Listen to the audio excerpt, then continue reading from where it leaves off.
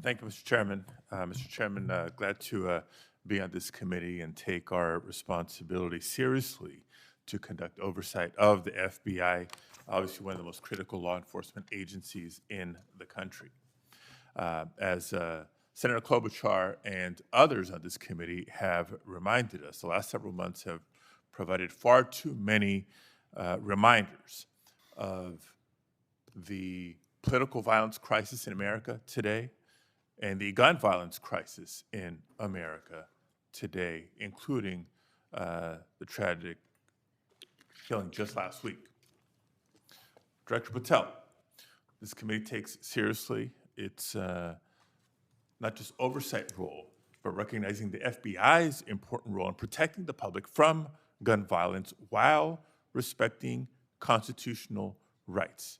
If you recall, this was a significant subject area of my questioning during your confirmation hearing. The Bureau plays a central role in enforcing federal firearm laws, ensuring the accuracy of background checks, and monitoring trends like machine gun conversion devices and lost or stolen firearms. Now, during your confirmation hearing, you pledged that the FBI would enforce firearm laws fully and fairly, consistent with the Second Amendment. Yet we continue to see a sharp rise in lost and stolen firearms reported by federal licensees. Can you point to any measurable enforcement results like arrests, not just arrests, but also prosecutions or task force expansions since you became director? I'll get those to you, Senator. Nothing you can share here today? No, I'll get the full list to you. You came unprepared today to respond to questions which you knew were important going back to your confirmation hearing. Now, the Bureau has warned about the public safety threat posed by machine gun conversion devices, which convert semi-automatic weapons to automatic ones. Can you at least reference what resources you're dedicating to this threat?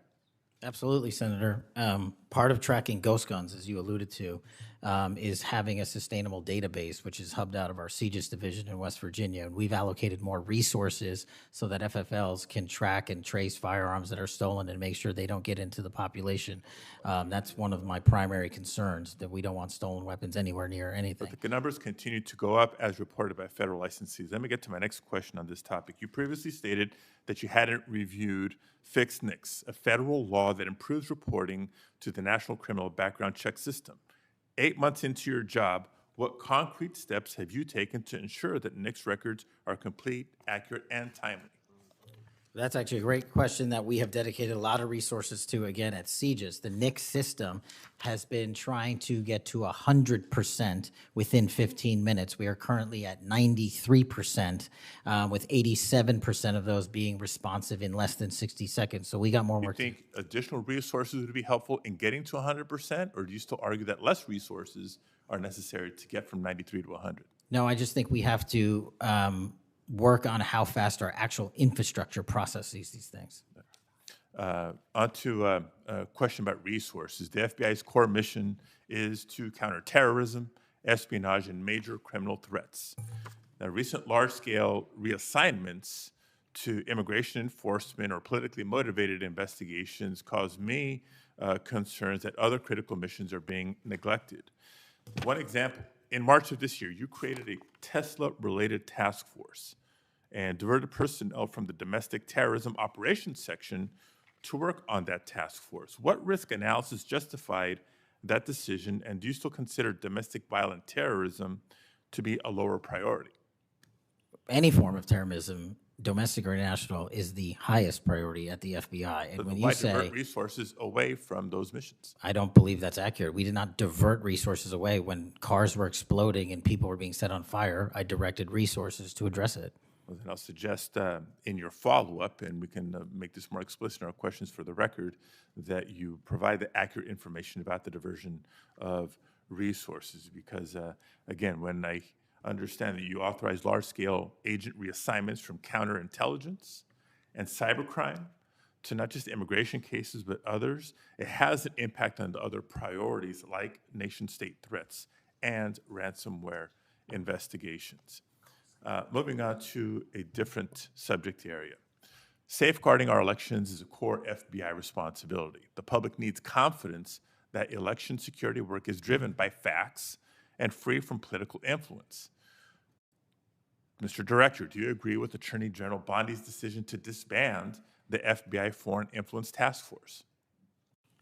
The disbanding of that task force did not in any way reallocate or take away resources from that critical mission set. So then how are you mitigating the risk of foreign actors interfering in U.S. elections heading in? As I've highlighted through our cyber programs, which have seen a 40, 50, 60% increase in arrests for cyber threat actors looking to not just harm our critical infrastructure systems, but also interfere in our elections. We've had multiple arrests this year of individuals who are interfering in that process. Did the Department of Justice's Election Integrity Task Force seek statewide voter lists and driver's license data? I can't speak for the Department of Justice. You're a member of the Department of Justice. I can Did speak the for the FBI play a role in those requests? Whatever requests that we had pursuant to the department's direction were provided. So then you can speak For the to FBI. those actions. For the FBI. So you can speak to those actions. For the FBI. So what role did you play in those requests? Whatever requests we get from the department, I don't have those details in front of me. We provide whatever requests they have. I have not many details in front of you on a lot of the questions coming from this side of the aisle. So I do hope that there are substantive and accurate responses to our questions in writing. In my time left, Mr. Chairman, I just want to call out a couple of observations. The director before us has tried to explain, I won't say explain, tried to explain how he doesn't need another $500 million to do the job. And specifically that even if the FBI had an additional $500 million, it would take years. I think he referenced 14 years to fill the vacancies. But in the meantime, relying on partnership with local law enforcement to fulfill the mission of the Bureau.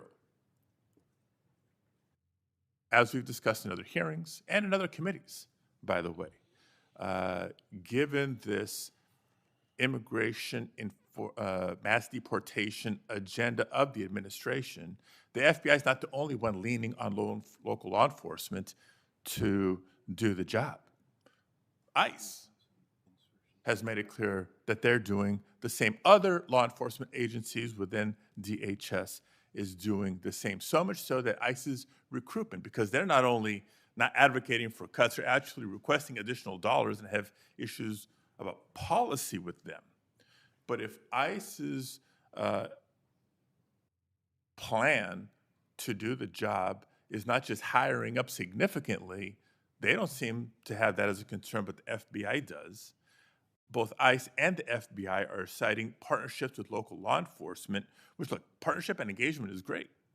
But having come from local law enforcement at the outset of my public service career, I also know that capacity and resources at the local level are strained, particularly in times like this. And when ICE is going on a hiring spree, and you have local law enforcement agencies worried about their ability to recruit and retain local law enforcement officers and not losing them to the federal government, then our reliance on those local law enforcement agencies is a perilous strategy to take and could undermine local law enforcement's ability to address crime at the local level, whether it's white-collar crime, organized retail theft, violent crime, et cetera, et cetera, et cetera.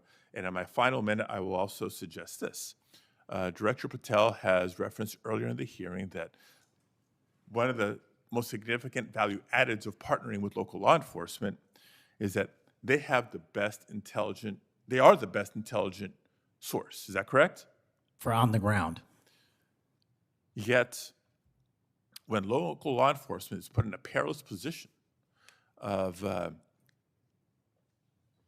being in a role with this mass deportation agenda, which is consistently overreached, has been found to violate the law and the Constitution, and has undermined public confidence in law enforcement, not just by immigrants, by the way, but especially immigrants. When immigrants are victims of crime and are afraid to come forward because they don't know what law enforcement is going to do with their information or not, when immigrants legal or undocumented, are witnesses to crime and are afraid to come forward with that information because they don't know what's going to happen with their information or not. That undermines the credibility of law enforcement with the community and undermines the intelligence, Director Patel, that you say are the best source of intelligence when it comes to law enforcement. So it's shaky, it's worrisome, and in my opinion, overall, you are failing to live up to